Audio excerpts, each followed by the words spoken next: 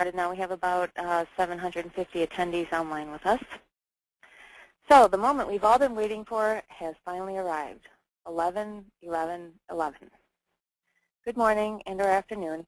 Welcome to today's webinar on Provision. Dale Pollak, vAuto's founder, will be presenting Provision, a new breakthrough technology for used vehicle retailing. Just as a reminder for those of you who are new to joining our webinars, everybody has been muted to avoid any outside noise during the webinar. All questions should be posed through the question box on the left-hand rail. There's a box that you can type into. So if you type your questions in there, we will stop occasionally and also answer questions at the end. So please feel free to type them in. We'll keep an eye on that throughout the presentation. Dale, if you'd like to go ahead and get started, it's all yours. Thank you, Susan, and welcome everyone. I'm really touched by the level of participation today. We have over 1,300 registrants, and I know that many are more adding as we're beginning the process. I'd like to formally introduce myself. My name is Dale Pollak, and I'm the founder of vAuto. Today is the most exciting day that I've looked forward to for several years, and it's finally here. So I just want to tell you how appreciative I am to be here and to share with all of you what we have. I'd like to begin the introduction of our new system, which we call Provision, with both a dedication and, if you would indulge me, a solicitation. This system was greatly inspired by a gentleman who we lost last summer to a tragic accident by the name of Russ Wallace. Russ was the used car director at the Bill Marsh Group in northern Michigan, and without question, the brightest, most innovative used car director that I've ever come to know. Russ died on his 42nd birthday last summer in a trail bike accident and actually passed away in the arms of his 16-year-old son, Greg. Russ is survived by his wife, Sherry, his oldest son, Jeffrey, Greg, and his daughter, Alyssa. And I find it very difficult to have the enthusiasm today that I have without the presence of Russ, because he did influence so much what you're about to see.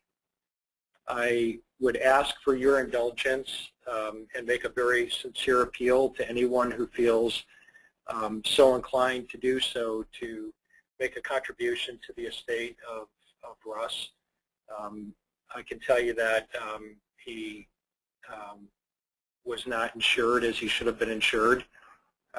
His employer, Bill Marsh, has been extraordinarily generous. My wife, my family, and I have committed that we will underwrite the education of his children, but nevertheless, any contribution that anyone would care to make would be most appreciated and valued by not only myself, but obviously the Wallace family. I will put the information that you see here on the screen as to how to make a contribution on my blog at dalepollak.com. And I would be most appreciative if people care to, if they would, make contributions and just let me know who you are so that I can extend my appreciation to you. And I just want to thank everyone for their consideration on that front. So on a brighter note, I will tell you that what you're about to see is made possible only as a result of the acquisition of vAuto by Auto Trader a little bit over a year ago. And I can't help but harken back to the time of the acquisition. There was much concern in the industry that when a big company acquires a smaller company, things often don't go as well as they did prior to the acquisition. And we acknowledge that that is a real risk and has proven to be the pattern of many acquisitions of the past. And understanding that risk, the leadership team and the field team of vAuto and Auto Trader resolved to be sure that this acquisition proved to be a win for the vAuto and Auto Trader employees and also our respective clients. And we've worked very hard over the past year to examine the joint opportunities for collaboration and innovation. And we're about to see here today is just the first of many such innovations to come. But again, I want to stress that I'd like to take pause and take note to thank Auto Trader and also the folks at Mannheim for making what you're about to see possible. So with that, I would like to tell you that what you're going to see here is a tool that we decided to call Provision. And the name Provision is a word that has a constitute meaning in our vocabulary that has to do with the efficient use of resources to accomplish a successful mission. And the word provision denotes efficiency, and it denotes productivity, and thus we felt that it was an appropriate name for this sort of a solution. And what Provision will do for the industry, without being overly bold, I will tell you, and ultimately you'll judge for yourselves here, I think will change the nature of used car management in the dealership as we know it today. And I realize that that's a very big, bold claim, but in just a few moments you'll have an opportunity to evaluate it for yourself and determine whether that claim holds true, but I believe that you'll find it to be so. Essentially what it does is it takes the three most critical questions that a used car department must resolve in order to be successful and provides answers in a manner that is not just easy with 3 simple clicks, but also answers these 3 questions with a level of insight and intelligence that has otherwise never been available. So literally with 3 clicks, the dealership can answer the 3 most important questions of used vehicle inventory management, those being what should I stock, what should I pay for those vehicles, and where I should find them. So when I went about creating this solution, my objective was to create a system by which somebody could answer these questions with a minimal amount of thought or effort. Now don't get me wrong, thought is good, but I wanted to design the system that required the least amount of thought necessary and certainly the least amount of effort. If somebody puts thought to it, which they should, it even becomes that much more powerful. So imagine the provision system that would allow an inventory manager or used car manager to log in, come to a page that we call our recommendation page, and just simply be given the answers to the first critical question, and that is, what vehicle should I put on this lot? Just simply given the answers. Now, let me show you how this works. And by the way, this is real live data for an actual dealership, which is called Kazurek Chevrolet, owned by a gentleman by the name of Keith Kazurek in the central Wisconsin marketplace, Wausau in particular. And if this dealership inventory manager logged in and came directly to the recommendation page, they would see what you see. And the very first car that the provision tool is recommending to this dealership, Susan, is what?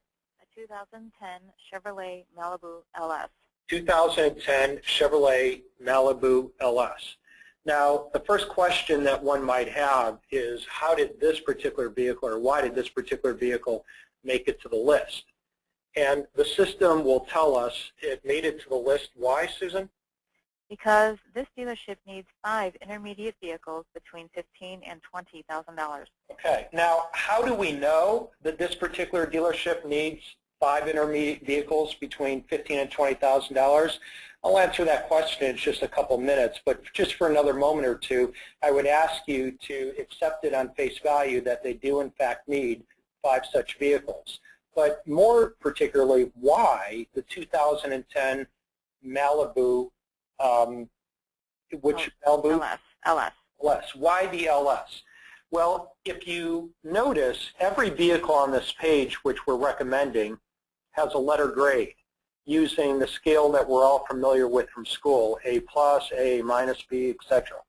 And this particular vehicle gets a grade from Provision of what, Susan? B+. B+. Now, why is it that this vehicle gets a B+? Well, if we click on the B+, what it reveals for us is what we've identified to be 7 distinct attributes of a vehicle that makes it successful for a dealership. The B+ grade that you saw that this vehicle got was derived by taking a weighted average of these 7 distinct attributes. And I'll talk about the weighted average in just a moment, but allow me to introduce each of the 7 attributes. The first is what we call demand. And Susan, how did this vehicle score on demand and why? It received an A+ for being in the 98.96 percentile. Okay. Now that we are associated with Auto Trader, we have the ability to see every single search that's requested on Auto Trader in every single market, every single moment. Now, to be sure, searches are performed on other sites. However, it's well understood that Auto Trader has enough critical mass of searches to be statistically representative of what people in each market every moment are looking for. And very exciting to note that in the intermediate car segment in Wausau, Wisconsin, the searches, for all the searches performed on these vehicles, this particular one ranked in the 98.5 percentile. So in other words, virtually no intermediate car was searched with greater frequency in that market than this one in the last 3 weeks. So one can imagine just with this first single attribute, that's a pretty good start if you can identify a vehicle in a market that is getting an extraordinary amount of requests to be seen through demand searches. Now, the second attribute is what we call interest. And Susan, what did it score in interest and why? It's receiving an A- with an SRP to VDP conversion rate of 6.94%. And Dale, we had a request if you could speak a little louder. Sure. So why did this vehicle receive an A- for interest, and what does interest mean? Well, you have to understand that very few people actually type into a search engine box something as specific as a 2010 Chevrolet Malibu LS. They might usually type in Malibu or Chevy Malibu, but seldom as specific as a 2010 LS. So how is it that we know that it's really the 2010 and the LS version of this vehicle? Well, not only can we see all of the searches that are being requested on autotrader.com, but we can also now see and determine which vehicles of all of the vehicles on the Malibu search result pages are people drilling down on to get to what we call the VDP.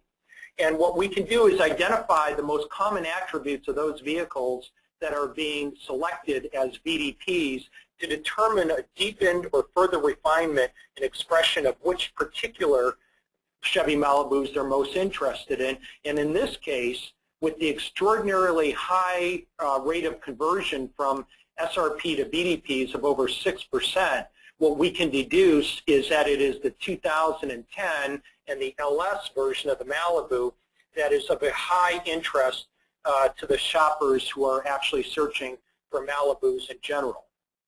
And if anyone knows, and I suspect by now many of you do, the SRP to VDP conversion ratio of 6+% is well in excess, perhaps 3 times as high as we might ordinarily expect average cars to convert on a site like autotrader.com. So with these first 2 attributes of desirability, what we know out of the gate is that we've got our lens focused on a highly, highly desirable vehicle in that market that this dealership does in fact need. Now, the third attribute of desirability is volume. And this one is important because a lot of vehicles get a high amount of demand and interest, particularly vehicles that are exotic. However, they don't have a lot of retail throughput in the market, and we want to make sure that we focus dealers' attention on not just cars that are of great demand and interest, but ones that actually have a demonstrated volume or throughput in the retail marketplace. So, Susan, for volume, what does this car get and why? It receives an A+ for having sold 16 in the past 45 days. Very good. Thank you. The next attribute of desirability is one that is very familiar to velocity managed dealerships, and that's what we call market day supply, which is an expression of a vehicle's supply versus its demand. And how did it score on that, Sue, and why? It receives a C with an 84-day supply. Okay, so once again, for those dealers who are velocity minded, they understand that 84 days is not the very best market day supply, but certainly not the worst, and therefore it attained the letter grade that it did. The next attribute is one that dealers are always very interested in, and that's profitability. And what did it score here and why? It received a C-. National auction price is $10,736. List price is $15,251. That's about a $4,500 spread. Very good. And, that certainly tells us a lot about a desirability of a vehicle before we end up going out after it or owning it. And then the next attribute is availability. It's great if these cars have desirable attributes, but if they're not otherwise available, why bother? What does it get for availability and why? It receives an A because there are currently 32 available at auction. Okay, and then finally, one that I know that many dealers have a high degree of interest in, and that is their recent past experience. And what does this car get at Kazurik's dealership and why? Receives an A. They've sold 10 of this make model. On average, it's sat on its lot for 29 days. The last sale was November 5th. Very good, thank you. Now, with having these 7 attributes of desirability laid out for every vehicle in every market, every moment, as you see it here, I think that you can begin to understand the power of the new provision system. Never before has any person or system been able to tease out of the market all of these distinct attributes that add up to making a vehicle a great vehicle for inventory. And as I mentioned, the B+ score that we saw this vehicle got on the recommendation page is a result of a weighted average of these 7 items. Now, Susan will show you how we have determined the weight for these 7 attributes. They are not all weighted equally. We spent months internally here at vAuto experimenting with different weights on different vehicles relative to their actual performance on dealers' lots. And what we've come up with is what we consider to be the most appropriate weighting of these 7 attributes. However, we certainly know that dealerships may have their own view, and from time to time, dealerships may change their view. So in other words, if a dealership is going through a period where they're struggling with just unit volume, what they might choose to do is to raise the weighting of demand and interest, perhaps at the expense of market day supply, profitability, or past experience. And conversely, if the dealership is struggling with their average gross profit at a certain period of time, what they might want to do is increase the weighting on their average gross profit. And then, of course, there are always going to be those dealerships that place a high importance on their past experience. And if that is your pleasure, you can obviously adjust the weighting there as you can on any one of these 7 attributes. So my recommendation to the community is that you generally stick with the weighted averages that we default into the system because they have been tested and validated as being reasonable and appropriate, but there are certainly certain justifications from time to time to modify those weightings. So I do want to make it clear that we do allow the dealership to make such modifications to the weightings that deduce the overall average score. So if we go back to our recommendation page now, you can begin to understand, at least in part, why this Chevy Malibu with its B+ grade is here being recommended for the dealership. So with the first simple single click of the mouse, what we're able to do is to reveal for the dealership the actual specific vehicles that they in fact need and the very best ones of the pack that they could source. The second decision and the second simple click that the dealership can make is to determine how much they should pay for the vehicle.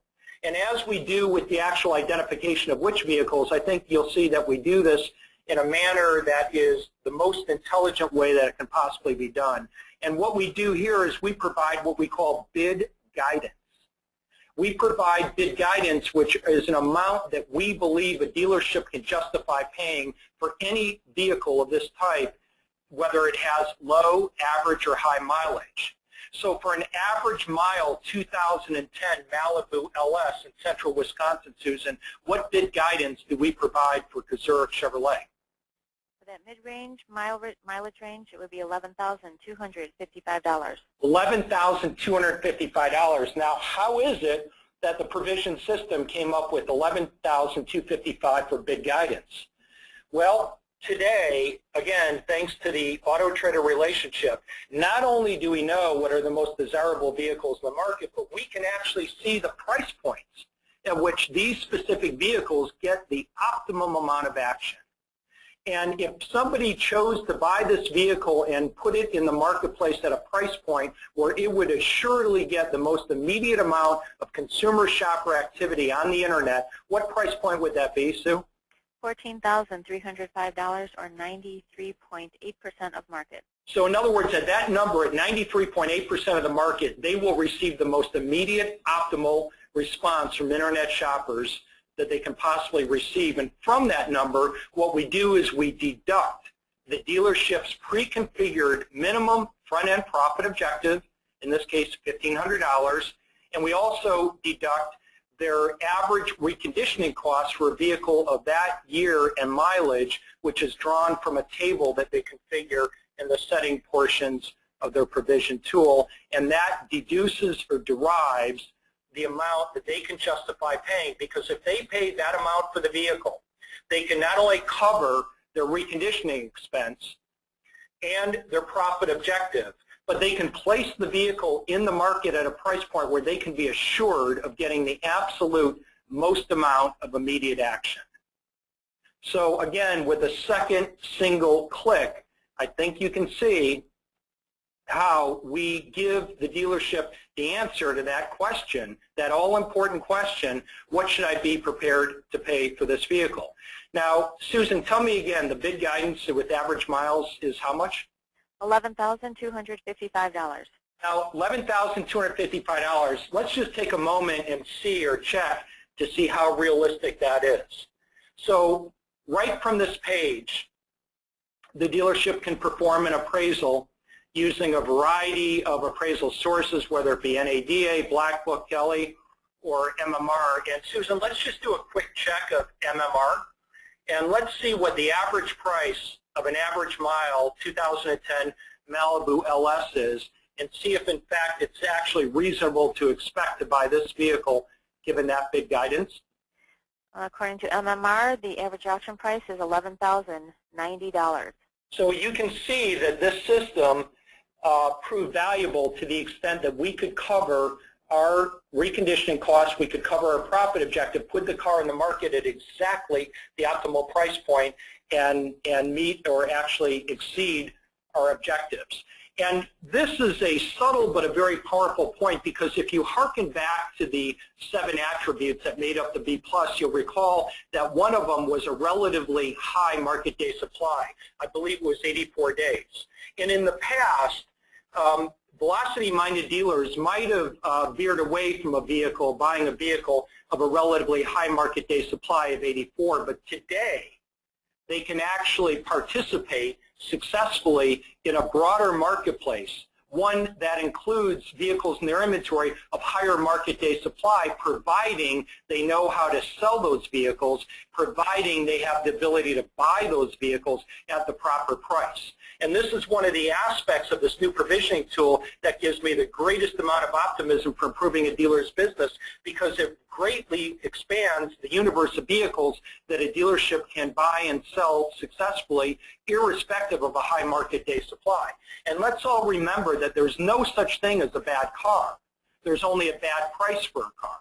So if you might have otherwise defined an 84 market day supply car as a bad or a tough car in the past, today, if you find that you know how to get out of it, and in this case, I believe it's about 93% of market, and you can buy the vehicle right, and we've proven that you likely can, welcome to your new next sale that you otherwise wouldn't have had. So once again, with the second simple click of a mouse, I think you now see that we can answer the second critical question of what to pay better than we've ever been doing in the past. Now, the third question that we struggle with in the dealership is where to find these vehicles. Well, true to form, with the third easy click, we can see every single 2010 Chevy Malibu LS available in the wholesale marketplace right now, or in a geographically defined area of your dealership. So Susan, can you show us please where all these vehicles can be bought, and then help me identify the location that is closest to Kazurik's dealership, please? Yes, we have Smart Auction, we have Manheim, Central Florida, we have Manheim, Milwaukee, which would be the closest to Mr. Kazurik. We have Manheim, North Carolina, a couple there actually. And Susan, let's stick with that auction, that Manheim auction. Can you show me electronic condition reports and photos of these available vehicles? Yes, I can. And this is the ECR report as put up here by Manheim.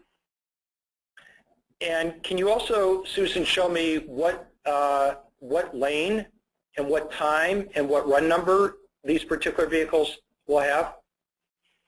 Yes, I can. Now we're going to click on the Bid Now button, and it pulls up the Manheim information. I've already inserted our password information here. As you can see, we are in lane 10, run number 37, and the sale date is the 16th of November at 10 a.m. Eastern. Very good. And if I chose to, Susan, could I submit my bid limit right here and proxy bid the vehicle and be finished with it? You can, right here under simulcast, enter the proxy bid. If you click on this button, you're all good. Great. Well, thank you. So in a matter of just a few moments with a great deal of explanation, what I just did is I identified the right car, the right money, and the best source where I can find this vehicle. So I think you can begin to see how I believe that a system like this will change the nature of the used car operation in terms of answering the three most critical questions that have to be answered. But I want to go back to a question that I raised earlier that is yet unanswered. And if you recall, when we identified that first vehicle on the recommended list, the 2010 Chevy Malibu LS, that vehicle was placed there because it was determined to need to be there by the fact that we needed 5 intermediate vehicles on this dealer's lot between $15,000 and $20,000. How did we know that? Well, what we've developed here, and this is something that Russ Wallace really taught me, is we developed that the fact that we have to have a strategy for stocking level. It's simply not all right. It's not okay, as Russ would tell me constantly, to operate a used car lot without having a stated strategy to determine stocking levels. So what Russ worked with was a simplified form of what you see here, and that is you see a grid with, on the left, you see all the various different types of vehicles and subclassification of those vehicles, and the columns across represent respective price ranges. Now, the dealership using the provision tool can customize their own price buckets. The default buckets are, as you see them here, 0 to 10, 10 to 15, etc. And what this does is it creates a grid with cells, and each cell represents a particular type of vehicle at a certain price point. And I asked the dealership simply about once a month to make 2 decisions. The first decision is which, if any, of these cells of the grid would they choose not to stock as a strategic imperative. In other words, as an example, if you were a Mercedes-Benz dealer, you probably would not want to stock purposely pickup trucks. It doesn't mean that you wouldn't sell the right pickup truck if you happen to come by one, but it certainly means that you wouldn't go out purposely to stock pickup trucks. So any of these cells can and should be shut off if it's not within the dealership's objective to stock them. That leaves the remaining cells that I ask you to answer one additional simple question, and that is, what is your dealership's target day supply to stock for that type of vehicle at that price class? So in other words, if you're Kazurik Chevrolet in central Wisconsin, you're aware of the fact that the snow is about to fly. So in the category of intermediate SUVs, mid-priced, you probably right now want to heavy up on those. And what dealership day supply did he plug in for that, Sue?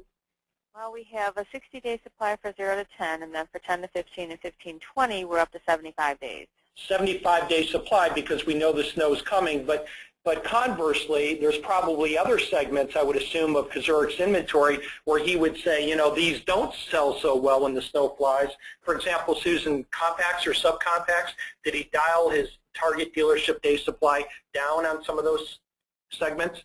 Yes, he did. He got those down to 30 days. Okay, and if we examine some of the other ones, you'd find them more or less around the 45-day mark. Now, with that simple decision made, the provision tool keeps track of what you have in stock, it keeps track of what you sell, and it produces either a buy or a sell signal denoted by a green or a red light. Where you see green is where you need to add vehicles to stock to your strategy, and where you see red is where you need to sell vehicles down to meet your strategy. And again, as Russ Wallace would pound into me over and over again, that you must have a stocking level strategy, and then you must come to work every day and work hard to balance your inventory to that strategy.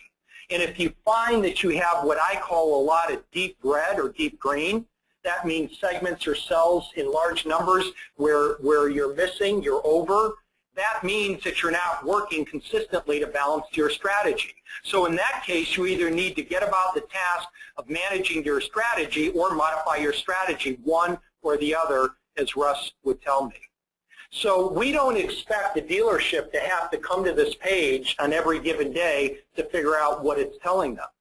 This page drives the recommendations.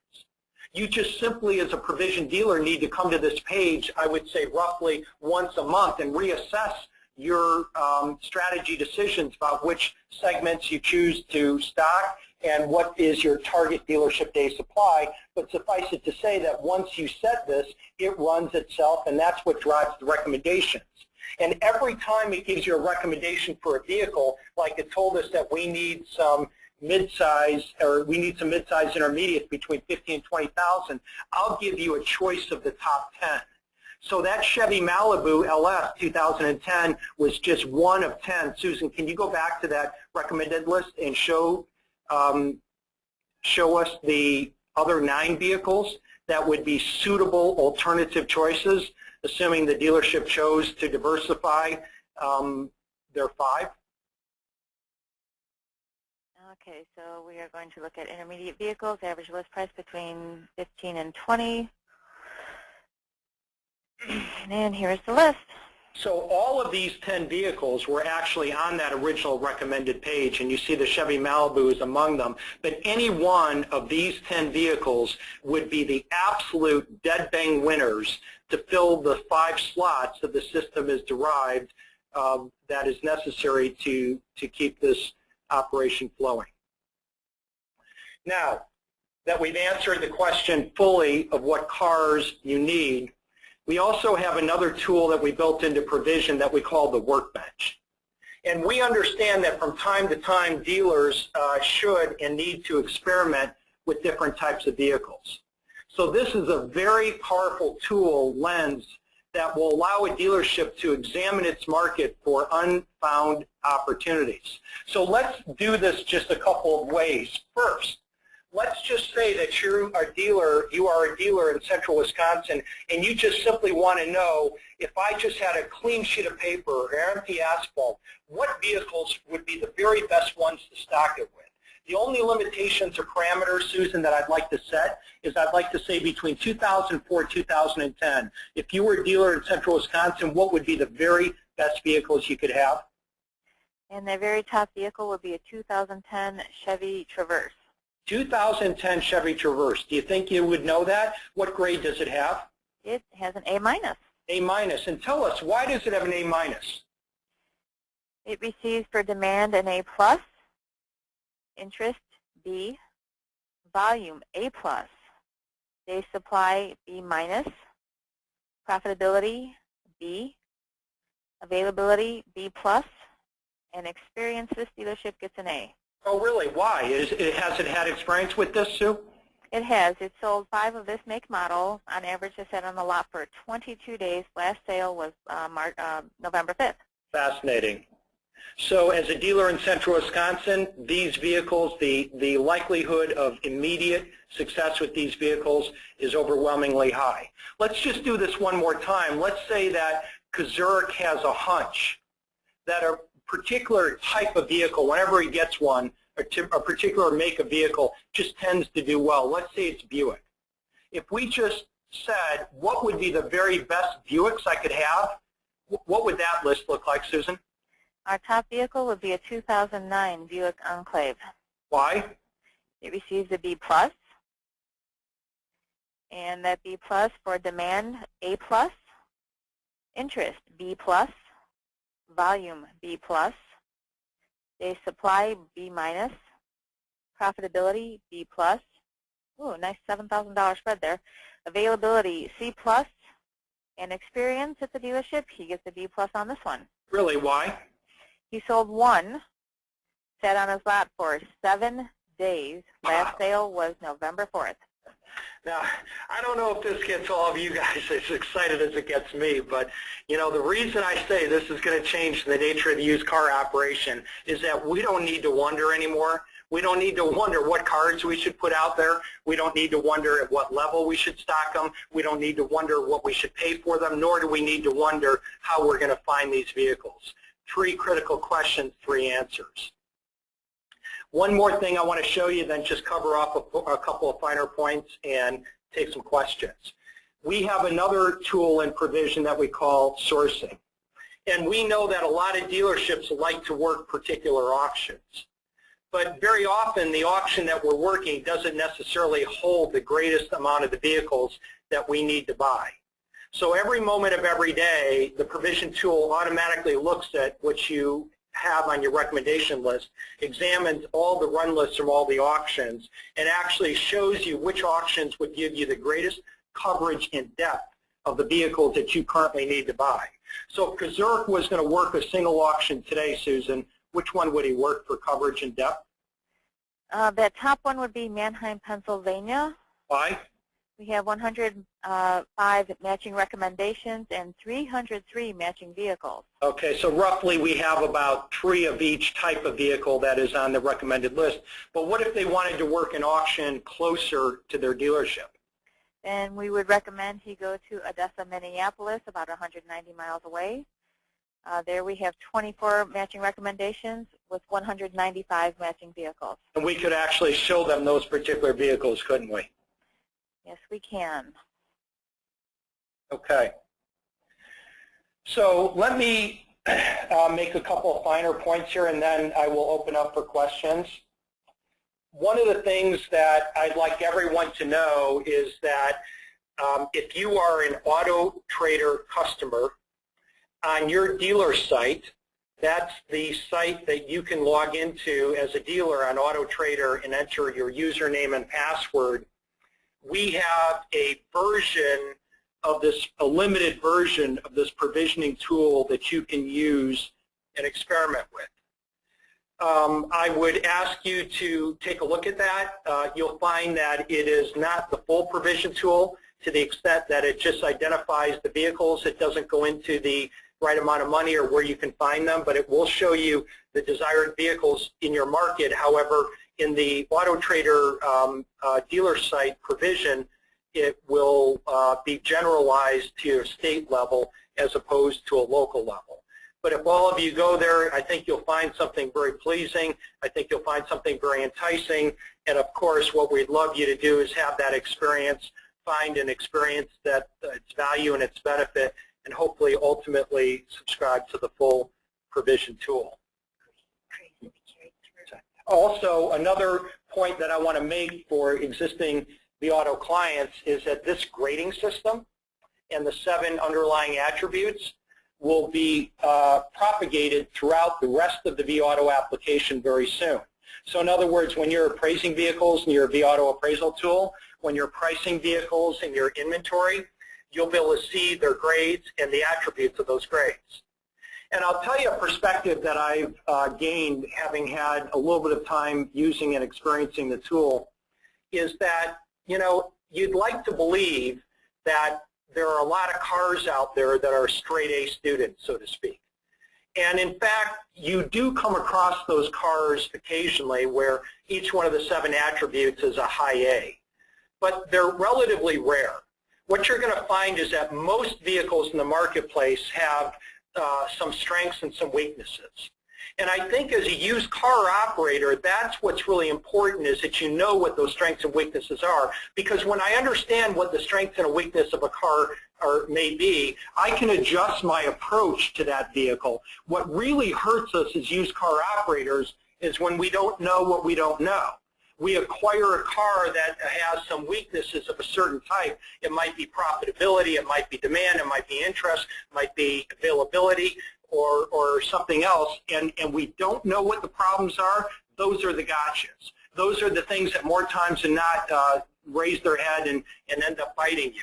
So, you know, it's okay that a car's got weaknesses. If this system only allowed you to weed out the bottom 2/3 and focus your attention on the top third of the market, that would be an impressive gain. But even still, with every car having some strengths and some weaknesses, just knowing what they are and adjusting your approach accordingly will go a long way.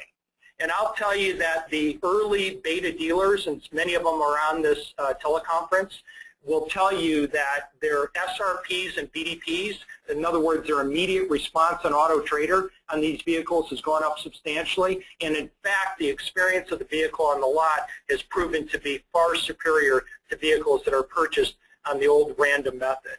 So with that, I'll conclude by just saying this, that I think that stocking is the old way of inventory management. I think stocking denotes a way that we used to do it that had to do with a lot of guesswork, a lot of unknowns, and to be sure, a lot of past history.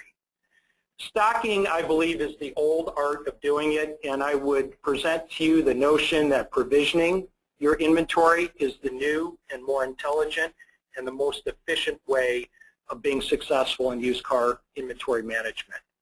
This presentation will be posted on vAuto.com late today or early tomorrow. So anybody who would like to replay it can do so at our website late today or tomorrow.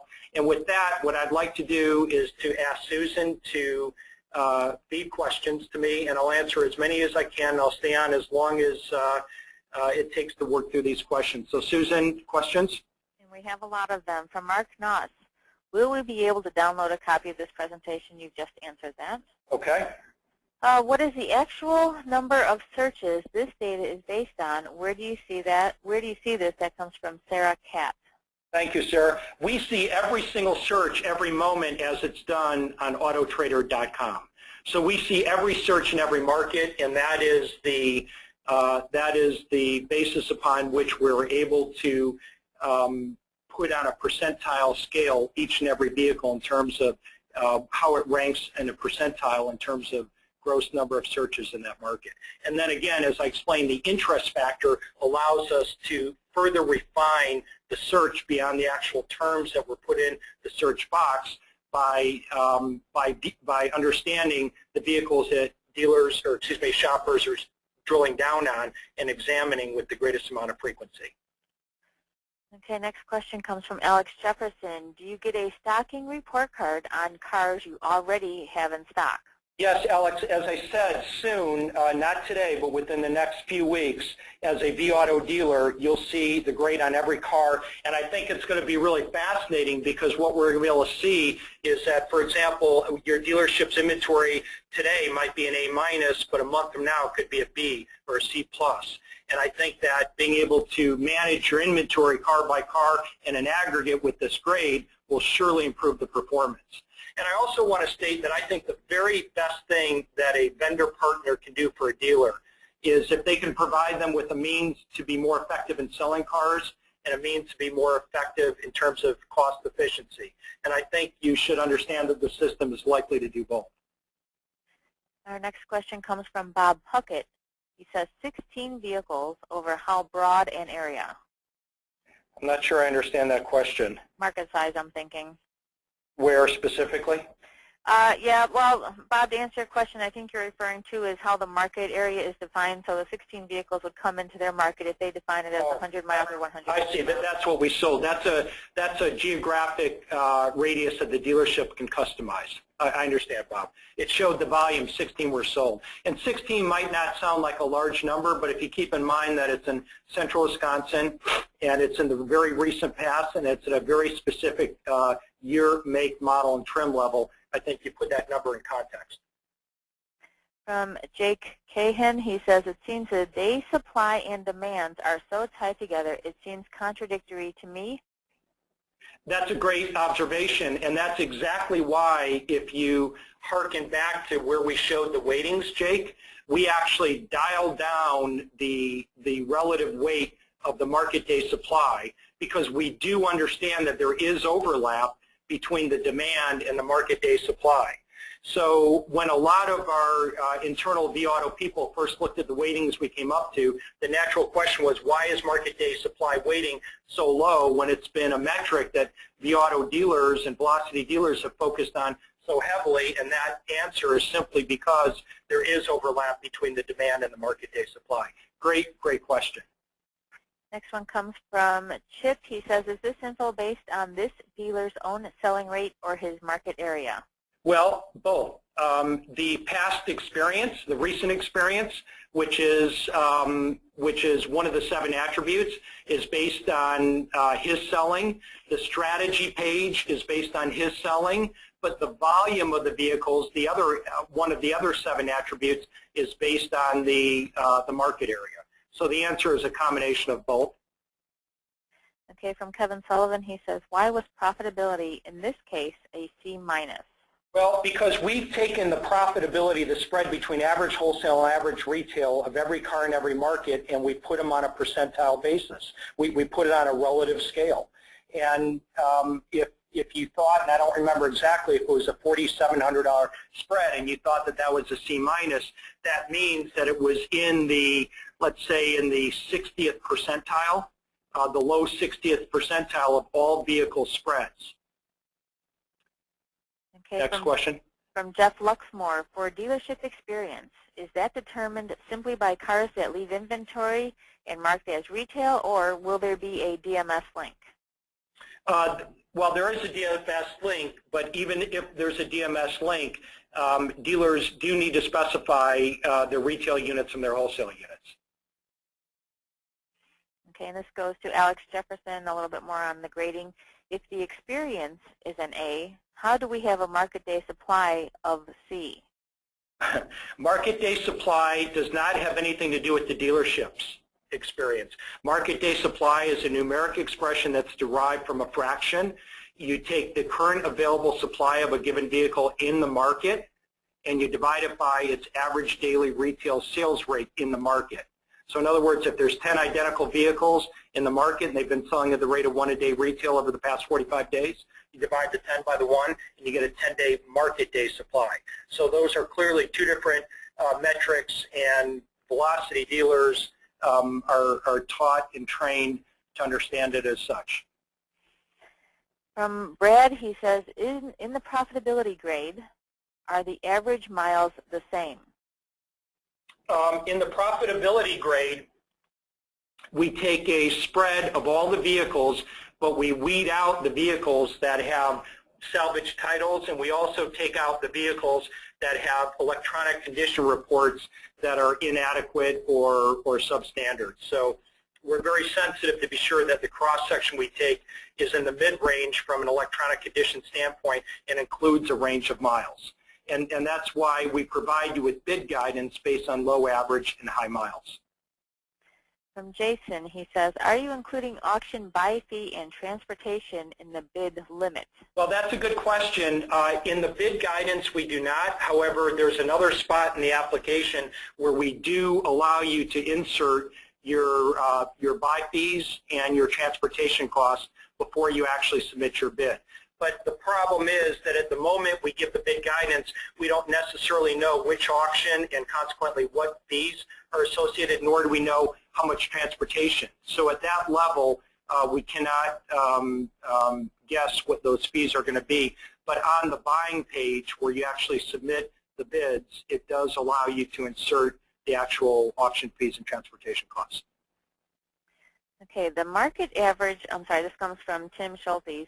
The market average on the 2010 Malibu is $15,251 at 28,000 miles, means that you would still have to pay $14,000 plus for 35,000 miles. The availability at this price shows that you couldn't make money on it. Am I reading this figure on the front page wrong? You know, I apologize. That question involves too much detail for me to resolve in an audience of 1,000 people, but I definitely respect the question. So if you would, please contact me. I'll put up my email address, and I'll work through that issue with you. Okay. From Carlos Iglesias, average auction shows 11,678 on my search.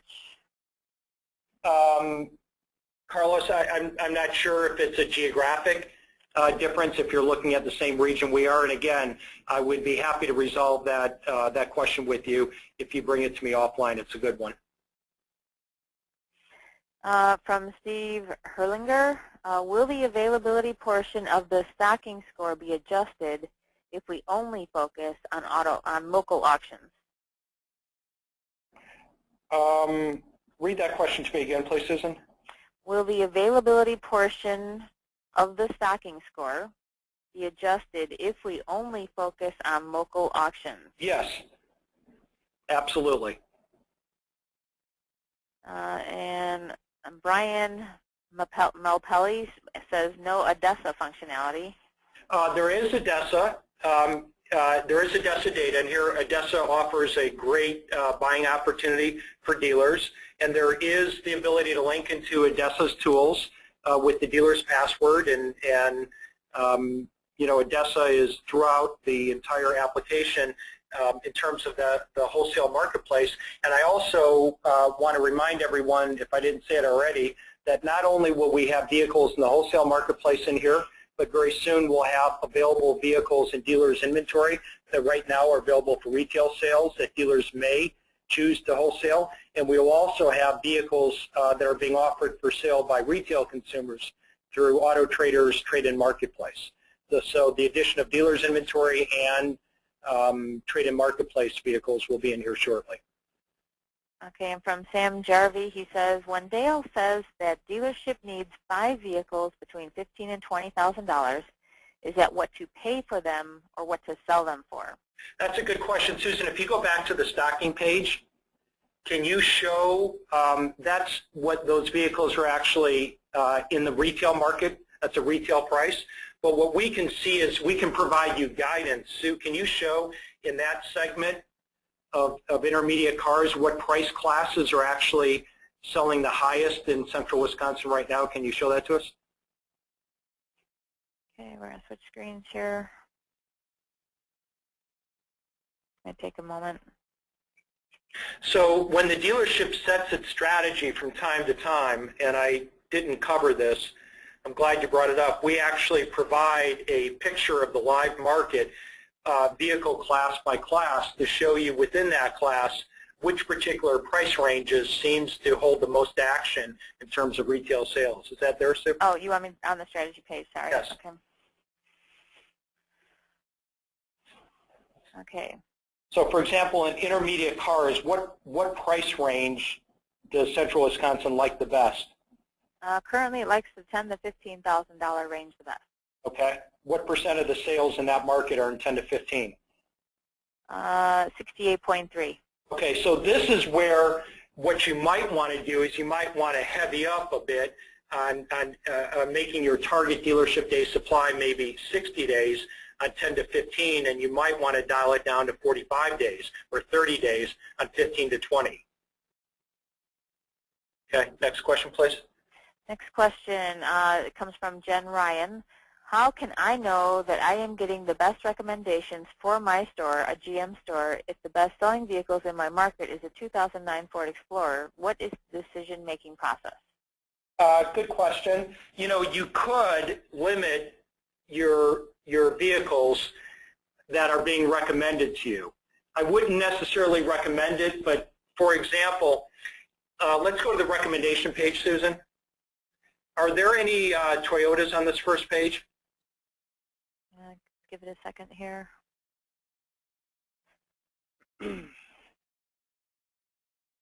Yes, there is. It's a 2010 Toyota RAV4 base. Let's just say that as a GM dealer, your instinct, your experience tells you that you don't really want to be playing around with certifiable Toyotas.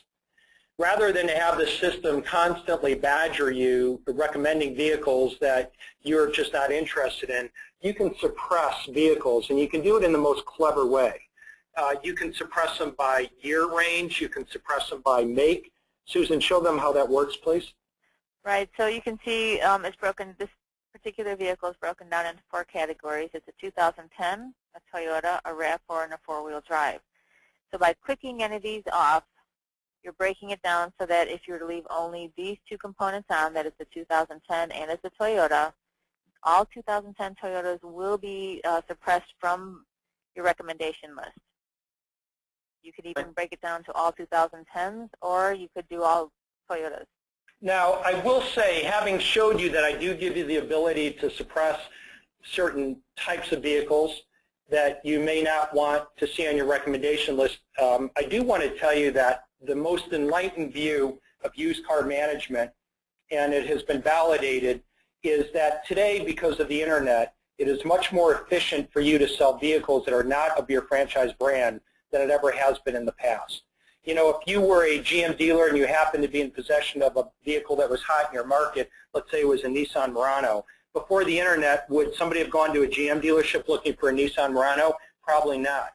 But today, what that shopper is going to do is going to go to the internet, go to a destination site like a Cars.com or Auto Trader. They're going to type in their zip code and Nissan Murano, and quite frankly, that search engine doesn't care that you're a GM dealer. If you've got that vehicle properly priced, well merchandised, you're likely to make it on that shopper's short list. So one of the boxes of limitations that dealers find themselves in is overplaying the assumption that they have to stock vehicles of their franchise brand or a heavy concentration. If you're able to identify the vehicles that are red hot in your market and they don't offend your franchise brand, like maybe selling pickup trucks off a Mercedes lot, and they don't conflict with sort of certified tendencies, you can dramatically include or expand your volume, as many dealers have, by selling a wider variety of vehicles. Next question. Comes from William Barrow. Why does compact 0 to 10,000, and this would be on the strategy page, show recommended 2, have 2, but get rid of 1? And I think that's because originally it was probably showing 0, and when I dropped it down to 30 days because there's going to be snow headed towards Wisconsin at some point, it showed that it changed the strategy so that it looked like he had too many vehicles in that category. Correct. Okay. From Jim Flannery.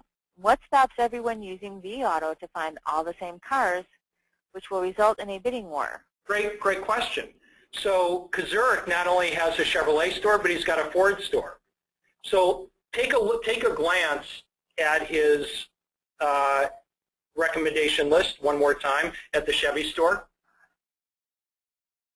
And then let's flip over, Susan, to his Ford store, and let's just see how similar those lists look. And I'm going to need you to tell me. I suspect they'll be different.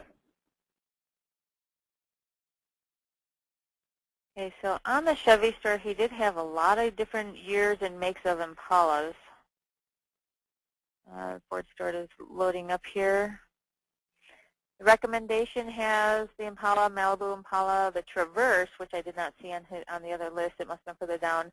A Dodge Grand Caravan, a GMC Yukon, right. Some more Impalas. So you see that every dealership has its differences in terms of its strategy, in terms of its past sales experience, in terms of what it needs or what it, some dealerships need to sell a car that another dealership needs to buy.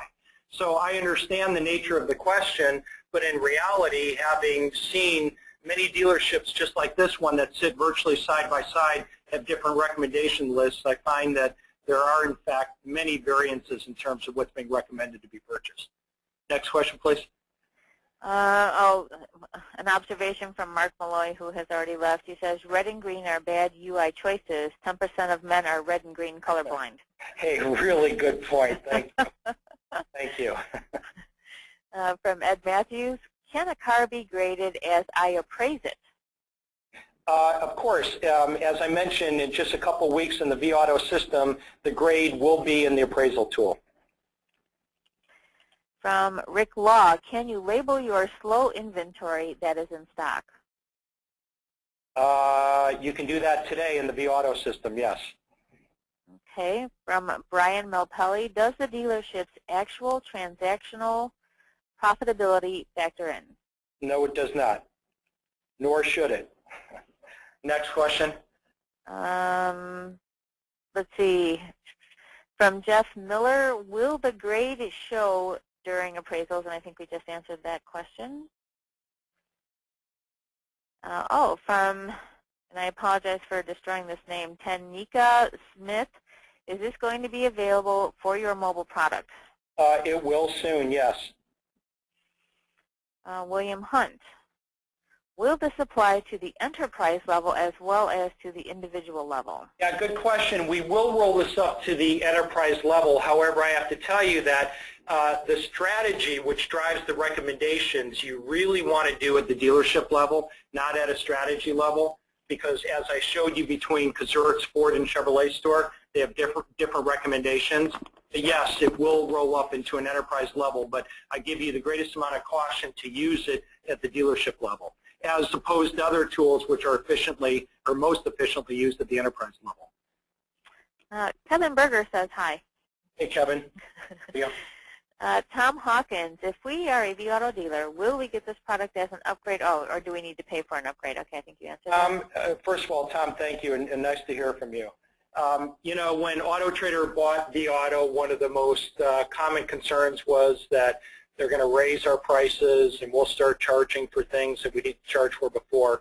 And I'm very proud to tell you that Auto Trader backed our decision 100% to provide the provision tool for no additional charge to any existing vAuto client that currently subscribes to our stocking module. And when we discussed the issue, and they did question my decision, I explained to them that vAuto clients subscribe to a premium product, and the promise of paying a premium price and getting a premium product is that they are kept in the premium range of technology and thought leadership. And on that basis, they wholeheartedly endorsed our decision to provide this for no additional charge to our vAuto clients. Okay, will Provision look at OVE and Smart Auction units? Absolutely, yes. From Jason Schulte, will this direct us to, quote, closed auctions that we don't have a franchise with? No, it will not. From Dan Miller, I think you've answered this. Is this available if you're not a vAuto dealer? No, it is not unless you use it in its limited form on the dealer site of autotrader.com. From Rick Gladwell, he says also, is the profit spread after auction fees, transportation, etc.? No, it is not. Okay, from Kevin Berger, hi Dale, do we set the size of the market to determine where the searches come from? In certain places you do, in other places it's preset based on a radius that gets us sufficient quantity to have statistical validity. From Tom Hawkins, will this product make it easy for someone with little used car experience or auction experience to purchase vehicles? Well, Tom, I'm going to let you answer that question for me. I think so. Travis Christensen says, when is this product available? It's available today. The only caveat to that is that we're going to ask clients to participate in a training program that we have pre-scheduled a number of dates, and existing vAuto clients can contact their performance manager to enroll in one of the training seminars, but it is otherwise available immediately. From Steve Gerhardt, he says, Dale gets an A++. Thanks, Steve. I appreciate the support. I'm pretty excited, too. From Tommy Wilson, how reliable is the market prices relating to what the car should sell for? extremely reliable. we tinkered, with testing it for months and months and months, and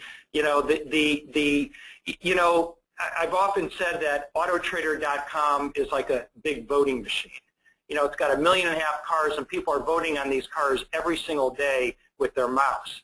And now we can see with perfect clarity in every market at every moment for every car, its level of search, its level of interest, at what price points it gets the most amount of interest. I mean, this is absolutely the science that I think our industry has waited for a long time, to have visibility to this stuff.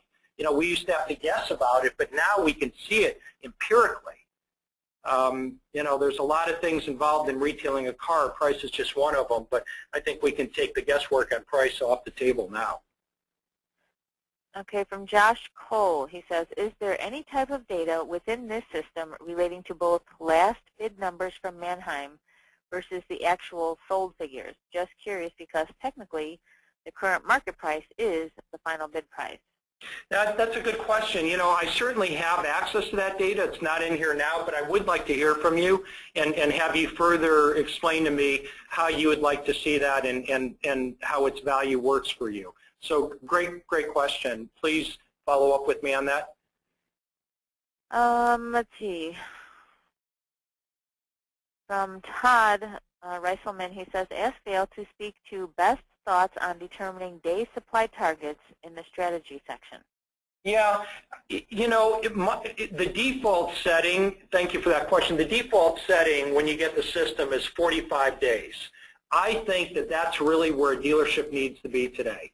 They need to be at a 45-day supply, and having said that, there are going to be proper justifications from time to jack up some and lower others. But I think if you average it out where you'd want to be, it's 45 days. Okay, from Steve Kennedy, when will this be rolled out? Ours does not have it as of this morning.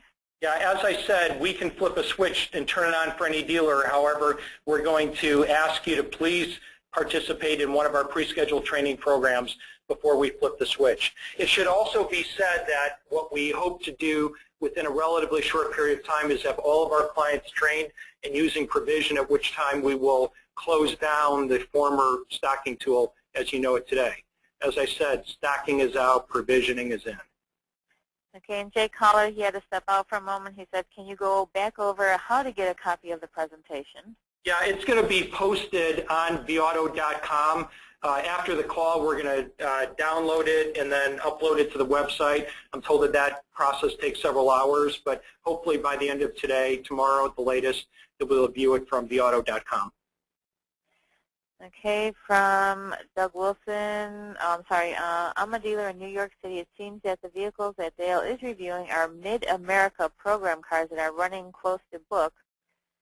What is his input on import vehicles that are running 3K over book? How does that screw the grading system? They are still desirable units. That's well, I can show you. Susan, if someone know an East Coast, Susan, go to the heat sheet and plug in. Can you do that quickly? Or is that it's going to take a couple seconds here. Okay. Anyone know? Somebody give me an East Coast zip code. 10025.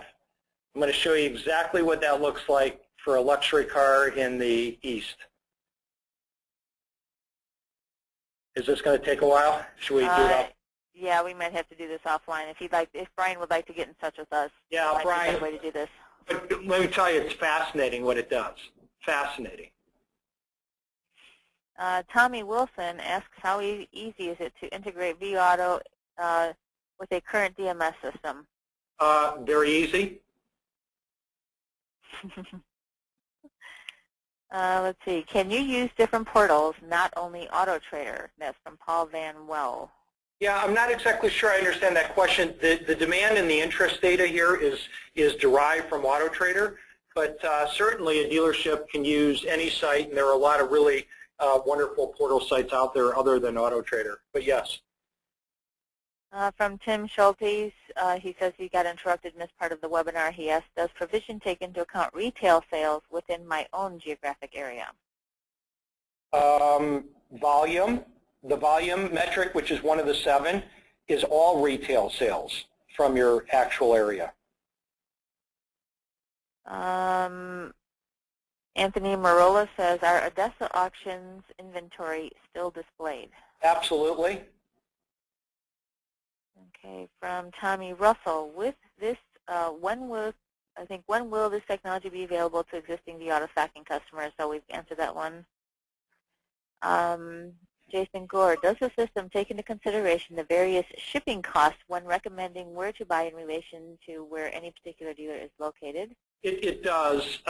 There's a screen that is deeper in the wholesale section. When you're actually bidding the car, you can adjust your bid limits with the actual auction fees and transportation costs of that auction. And I hope in the near future to have transportation on logistics built into the system that will even simplify that. Let's see, we have a lot of when is it available from Will Swope. Does salary history differentiate between retail and wholesale? Does sales history differentiate? Yeah, absolutely, yes. Let's see, from Ryan Castillo, where do you go in the software to customize your market area? Sure, in the settings section. From William Barrow, this is dead on. Too many used car managers think their job is placing the vehicles that happen to fall in their laps. Wish I could have met Russ Wallace from a Pittsburgh dirt biker. Yeah, Russ would really appreciate this. And again, I would really appreciate, if anyone thinks that this is a useful tool, we could all show tribute to Russ and his family by making a contribution. From Jason Reiger, will there be a tool that will tell me if other dealers in my area may have a vehicle on my recommendation list that is becoming aged on their lot and that they may want to turn? Yes, as I mentioned today, when you click to see where you can find the car, right now it's just saying wholesale, but very soon you'll see every vehicle that you have on your recommendation list in every dealer's inventory in the country. And you can obviously restrict that to a geographic area and allow you to contact that dealer with ease. From Ryan Burton, when it says how many vehicles sold, is that strictly based on vehicles being removed from Auto Trader? No. That's the vehicle being removed from any site on the internet where it may exist. Let's see, from Juan Turan, how does your grading take into consideration the price paid at auction for a given vehicle and the price sold at auction for the same vehicle when the vehicle is wholesaled 60 or 90 days later for a loss? Well, it doesn't, and nor should it be. Let me tell you that, and there's plenty of dealers on this webinar right now who will attest to this, that once you've made a decision to keep a car and recondition it, if you can't sell that car in 45 days retail, there's only one of two reasons. Either you didn't know where it needed to be priced or you weren't prepared to price it at that point. There can be no other reason. And if you didn't know how to price the car, shame on you. And if you weren't prepared to price it there, then shame on the buying process at your dealership. From Chip Diggs, he says, does your product source any other places for vehicles other than auctions, i.e. private online listings, Craigslist, etc.? That section, as I mentioned a couple times today, includes the auctions. Will be expanded to the entire universe that we can see vehicles in the very, very near future. Steve Cagle says, does it take into consideration, say, a newer year and a year older vehicle rather than just that year? It shows you any vehicle, whether it be a year older or a year younger, based on its score, based on its letter grade. It does not discriminate. Okay, so from Rick Gladwell, where do you pull your transaction prices from? Transaction prices. I think sure sale prices, I think he might mean. Which prices? I think he means because we show the retail price, and I think that's what he's referring to. Okay, if you're talking about the profitability, which is the spread between the average retail price and the average wholesale price, it's exactly that. It's the average retail versus the wholesale prices. Transaction prices are dangerous because all you really care about is what it takes to get your customer to the dealership. That could be higher, that could be lower. And what you want to focus on is what it takes to get people to the dealership. Okay, from Rashmi Patel, he says, I am an independent dealer in Metro Detroit area and I cannot compete with new car dealers. I have a 2008 Impala listed for $10,900 on AutoTrader. My phone does not ring. I have $10,000 in on it. How can I use your tool? I have read your book. Well, thank you very much. You know, I would tell you that it is, well, let me just say this. I do not agree that an independent dealer cannot compete competently with a franchise dealer. And in fact, I know that on AutoTrader, if you look at a list of the dealerships that get the most amount of action, the 100 top dealerships who get the most amount of SRPs and BDPs on AutoTrader, the overwhelming majority of them are in fact used car dealers. So what I would ask you to do is to contact me offline. Let me delve in a little bit to your internet presence and help you identify what the cause is. I'm not sure that the problem there, or the answer to that problem, lies necessarily in this tool. I suspect it lies elsewhere, but I'd be happy to help you. From Mike Mayfield, how was the adjusted percent of market on the Malibu example determined to be 93%? Is that a vAuto suggestion? That is actually an empirical deduction from where we see customers spending the most amount of time drilling down on vehicles, VDP pages. Okay, from Jerry Fiel, I believe his name is, on the provisioning tool, it showed a bid amount on various recommended vehicles at various auction locations. Does this bid recommendation take into consideration the transportation cost to that particular dealer from that particular auction? Right. We answer that question. Again, it does not do it at the second click. It does it once you're in the auction where you make your final bid estimate. It gives you an opportunity to insert appropriate fees. Let's see. From Steve Jameson, since you link with the DMS, are you pulling my sales history? How do you know how many cars I sold? Because I see them come and go off of your website. And I can also see the ones that leave your website, reappear on other websites within 60 days, and deduce that those left your website as a result of a wholesale rather than a retail sale. Hold on. Okay, next question. Let's see. Does vAuto app on iPhone have this info? It will soon. In here. Within just a week or two. Okay, from Jeff Hartland, how do you calculate average profitability within a market for a certain type of vehicle? Is this driven by your dealership's previous data, or do you have access to buying/selling price points from other sources? It's derived by the average retail asking price of that vehicle in that market compared to its average wholesale price of that vehicle in that market. From Scott Gunderson, especially on luxury cars, options like navigation have huge impact on values. Does provision address things like this? Hi, Scott. How are you? Nice to hear from you. Scott, what we do is we define vehicles. Susan, can you show at the level that we do it, for example, at trucks? Scott, different vehicles have different levels of definition depending on their complexity and the value of those options. So the answer is yes, and the best way to demonstrate that answer is to show you that if we just did a search for trucks, for example, we can all understand how many different variations there are of trucks.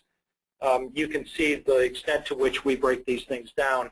And we do a similar thing on luxury cars, but not nearly to the extent of trucks. Trucks are the poster child for variant detail. Is that up there? Yes, it is. Okay. So, Scott, you see that we are able to go down to specificity of vehicles beyond trim level or what can be decoded from a VIN. Now, let me tell you, at the same hand, Scott, I'm open to the fact that if we don't show certain equipment on certain vehicles that you do believe are relevant, you just simply need to bring that to our attention and we can add those. I think we know what most of them are. I'm sure we don't know what all of them are. From Robert Brower, he says, thank you. Great presentation. Good luck on the launch. Thanks so much, Robert. Okay, Brian Dennis. vAuto average retail is generally $2,000 low in this area because so many dealers lowball prices in ads and add fees and upsells in their comments or disclaimer. When we look at competitive sets, we find huge disparities between what the listed prices are and the actual selling prices a dealer will accept. Well, I would actually challenge that notion, and I would ask you to show that to me, because I am aware that in certain parts of the country, dealers do advertise prices with asterisks of, cash or trade down. I do understand that game, and we've actually gotten our technology to recognize those asterisks and those disclaimers and add those amounts back in, or if they're not discernible, we just throw them out of the average. So I can't say that that never happens, but that should not be a chronic problem. And if you sense it is, I would ask you to show me examples of that, and I can resolve it. From Jason, will there be a tool that will tell me if other dealers in my area may have a vehicle on my recommendation list? Oh, I'm sorry, we've gone through that one already. Let's see, from Raymond Kemmer, as use of experience reflects a dealer's selling history, are sales reflected when a vehicle is manually deleted by a user, non-sold, or if a DMS feed updates inventory by removing a unit as a result of missing in its data feed? I'm not sure about that. That could be a problem. I would have to check into that. Again, you might want to bring that to my attention offline. Okay. From Tino, Fontenot says, clarify the grading system that we can use in vAuto today. You can use this grading system today, providing you have attended one of our training classes. Hopefully that answers the question, Tino. If it doesn't, please follow up with me offline. From Mike Finn, is certification factored into this strategy? A Toyota store can't sell a GM certified does that influences the recommendation by a Malibu? Yeah, no, the purpose of this is not to recommend certification of particular vehicles. It's simply to show you what types of vehicles in your market are hot. And there are, in fact, some vehicles that we might refer to, or I call breeder cars, where people do tend to have a high degree of loyalty to buying that car from the breeder, so to speak. Toyota, Honda, BMWs have, three of the strongest certification programs. But that's where I allow you to suppress the vehicle. So if you know, for example, you just can't sell, or you think you can't sell a certified Toyota, you can suppress it so it doesn't keep recommending those to you. From Chuck Massard, he says, where are the transaction prices acquired if you don't use the dealer's actual figures? Yeah, no transaction prices in the system. I would be very leery of making management decisions on transaction prices. This simply shows you what the average retail asking price is, which is a proxy for what it takes to get people to your door. What you sell the cars for is a completely different discussion and one worthy of having, but you wouldn't want to pull transaction prices into the decision of getting people into your door. Okay, this comes from Brian. Do you or are you planning to have a recommendation model that is geared to a dealer that focuses on subprime customers? Absolutely. Really appreciate that question. This workbench tool within a week or so is going to have the ability for you to query the market. For example, show me all the cars in the market by grade, best to worst, and then it's going to allow you to sort it based on profitability as the first step. And that is the first indication, the spread of a good secondary finance car. And then ultimately, we will build in a tool, as we have done in the vAuto system, that will allow you to put in certain parameters that will further filter the cars so that you can identify the cars that meet the bank's criteria. Okay, from Jay Collier, a similar related question. What size of dealership do you recommend using this? What would you think minimum inventory should be to be able to invest and use this? Yeah, I mean, it isn't clear to me why it has any greater or lesser relevance for a dealership of any size. I mean, it seems to me that, answering the three critical questions of what cars, what money, and where to find them is pretty ubiquitous and common to all dealers. Okay, from Ashley Bradshaw, she says, this is great, Dale, very exciting, thank you. Thank you so much, Ashley. Richard Ward, also great demo, Dale, thanks, and look forward to you bringing it to the UK. We'll be there, Richard. We're coming. From Jim Canfield, he says, also, are they working on the mobile app to where you can break down a vehicle's option? I don't know that I fully understand that question, so if you would please give it to me offline, I'd be happy to answer it. From Bruce Kilgore, and you may have answered this, will the bid guidance show in the appraisal tool? Yes, it will very soon. Ryan Bevan says, thank you. Thank you, Ryan. Mike Porro says, does this take in consideration engines, equipment, etc.? It does. In certain cases, it has. This goes back to Scott Gunderson's question. In certain cases, it will show you greater specificity than others, and that's because you can appreciate the fact that certain cars have greater complexity, and sometimes those variances of equipment configuration matter a lot. In other cases, they matter very little. So you'll see it all over the board, from very general to very specific when you use the system. From Brad, wouldn't the lowest priced vehicle always get the highest VDP conversion? Absolutely not. I mean, just think about your own experience in the dealership. When a vehicle is priced too low, sometimes you get telephone calls, and what is it that people ask? What's wrong with it? Well, just think about how many people don't call. So what we know for sure, without question, is that vehicles get the highest amount of activity within a certain range, a certain number of deviations to the left of the mean. If you go far beyond that or too far beyond that, the rate of interest or VDP conversions actually drops off. Okay, from Frank DeRose, he says, I saw the box for transportation in the settings page during the beginning of the webinar. It is calculating $1. Oh, it had $1 in it. Does that mean it is calculating $1 per mile away from the dealership for transportation? Well, that's the default setting. You can change that to whatever you want. And I'm not 100% positive that that dollar per mile is the only or exact right metric either, but $1 is just the default. From Randy Wetzel, Dale, had the pleasure of meeting you in Virginia during the NADA class. Another great product. Thanks again for helping us succeed. Hey, Randy, thanks so much. Let me know if there's anything I can do to help you.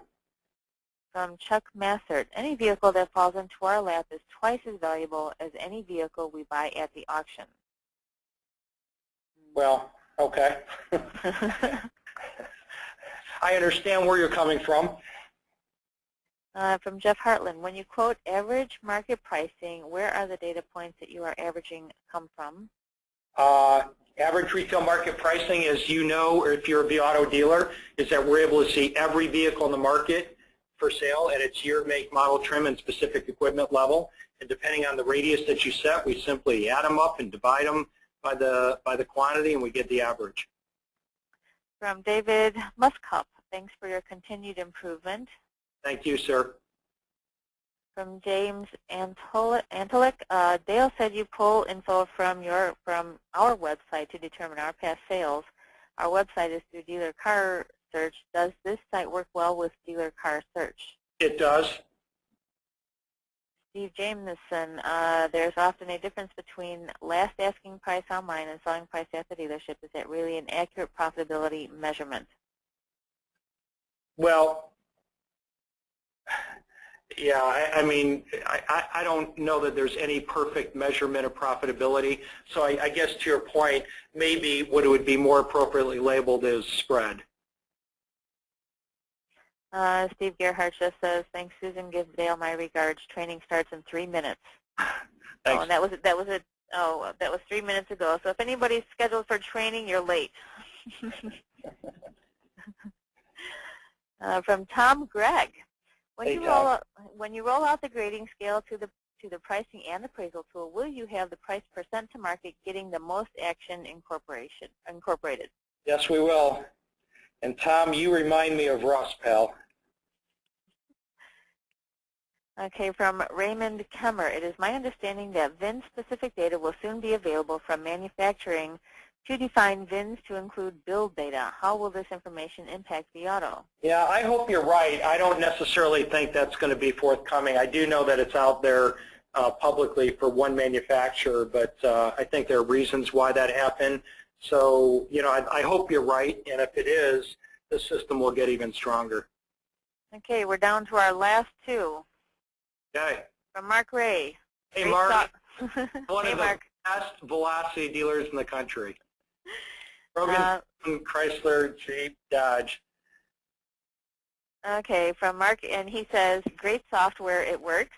Yeah, Mark was one of my beta dealers. Mark sent me an unsolicited email a couple days ago who told me that after the first 8 days of November, his SRP and BDP trends projected based on the first 8 days were off the charts. So thanks, Mark. I appreciate your support. From Brian, as a percentage of market, what range has the highest VDP conversion rate? It varies on every car. There's no single answer to that. And then from Jeff Hartland, I'm sorry, I would like to rephrase my last question. I am interested in learning more about the source of the data points you are averaging. Is this from AutoTrader only? No, it's from, we're able to see every vehicle for sale in America. Okay, and there's a question. I need to resort these. Someone by the name of Mike says that I did not answer his question. And unfortunately, Mike, I apologize. I think there were probably about 120 or more questions in here. Okay, one from Mike. All intermediate cars are not created equally. If I'm a Chevy store, that doesn't. If I'm a Chevy store, that doesn't mean I need to be stocking a VW. Correct? Don't I need to be stocking what I sell consistently? If you want to stay at the current level of production and performance that you're at now, I would say that would be correct. And again, I've addressed this a little bit earlier. Today, because of the internet, it is much more efficient for you to sell cars that are not of your franchise brand.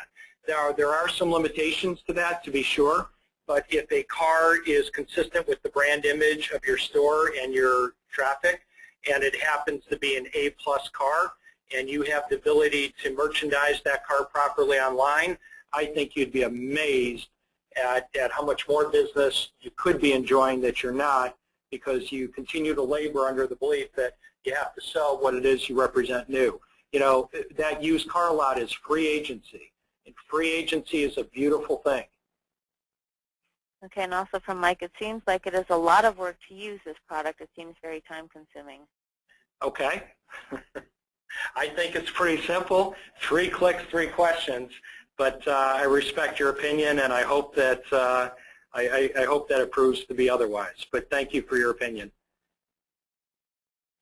Okay, from Dave Edmark. Dale, great presentation and a great new product. Any tools to specifically help manage our proxy bids? Thanks, Dave Edmark. Well, there's another one of the very brightest, most successful dealers in the country, Edmark Superstore in Boise, Idaho. Dave, I would love to hear your thoughts on managing proxy bids, so please get with me on that. From Brian Hogan. Good heavens. From Brian Hogan. Does this tool give us an ability to find the optimum percentage of market for VDP conversion on a per-car basis? I think so. I think your bid guidance is driven by that number. Okay, from Eric Stamps. Dale, the way that AutoTrader sells is... Let me just also qualify that. You know, optimal VDP conversion depends on more than price, and maybe that needs to be emphasized. Price is just one of 4 factors that determine how well a vehicle converts from SRP to VDP. So, you know, that point should not be lost on anyone. Go ahead, Susan. Okay, from Eric Stamps. Dale, the way that AutoTrader sells its search population, breeder cars are a larger issue. How should we address this on the higher volume brands? Well, Eric, again, I think that there are certain brands whose certification holds a higher stake of value in the minds of the consuming public. I don't think there are any absolutes here, but I think that at a minimum, every dealership owes it to themselves to experiment, but experimenting to see what you can sell of different brands in spite of certification preconceptions needs to be done with discipline. It needs to be done intelligently and in a measured way. So it's probably a longer discussion, and I would like to have that one with you offline. But I don't think anyone should rule out the fact that they can't sell any car in their lot if it's the right car. even if it is a so-called breeder car. But I do know that there are sometimes limitations to that, but I think you should start with your mind open and experiment in a measured, disciplined way. Okay, and our very last question from Mark Scalpidi. Does your data look at cars that dropped off the internet as sold? Yes, it does. And we can ferret out the wholesales and the retails. So with that, I just want to once again thank everyone, tell you how excited I am to work with all of you with the system. It will be, this presentation will be available on our website, as I mentioned. And I will once again emphasize that I think stocking is the old way of doing it. Provisioning is the new, smarter, more efficient way of doing it. And I want to end today officially by once again paying tribute to Russ Wallace, who had so much to do with the success of vAuto and in this system, and my friendship and his family. Thank you, Russ, and I wish you could be here. So long to all of you, and look forward to hearing from you. Thank you.